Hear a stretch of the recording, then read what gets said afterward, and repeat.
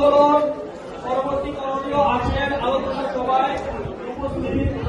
আজকের আলোচনার প্রধান অতিথি জনাব শফিউদ্দিন মানিক হওয়ালাদার, উপস্থিত প্রধান বক্তা জনাব মোস্তফা আহমেদ মাসুম বালা, উপস্থিত আজকের আলোচনা সভার সভাপতি জনাব দেওয়ার হোসেন মাঝি, উপস্থিত সাবেক ছাত্র নেতা শফিকুর থানা ছাত্র দলের সাধারণ সম্পাদক মাইনুল ইউসুফ জিসাদ বালা সহ আজকের অনুষ্ঠানে উপস্থিত সমস্ত বিএনপির নেতা কর্মীকে ইউনিয়ন ছাত্র দলের পক্ষ থেকে সবাইকে শুভেচ্ছা। বৈষম্য বিরোধী ছাত্র